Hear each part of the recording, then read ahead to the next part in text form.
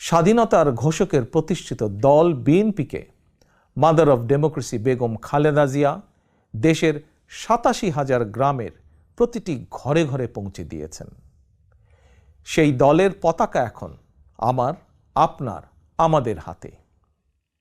এই পতাকা এখন শুধু বিএনপির দলীয় পতাকাই নয়, বরং এই পতাকা এখন দেশ এবং জনগণের স্বাধীনতা ও অধিকার রক্ষার প্রতীকে পরিণত হয়েছে।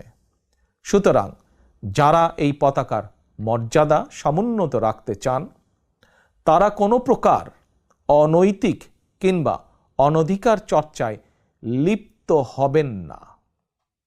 বাংলাদেশের জাতীয়তাবাদী শক্তির সকল স্তরের, সকল পর্যায়ের প্রতিটি নেতা কর্মী, সমর্থক, শুভাকাঙ্ক্ষীকে মনে রাখতে হবে, জনগণ বিএনপিকে বিশ্বাস করে, বিএনপিও জনগণ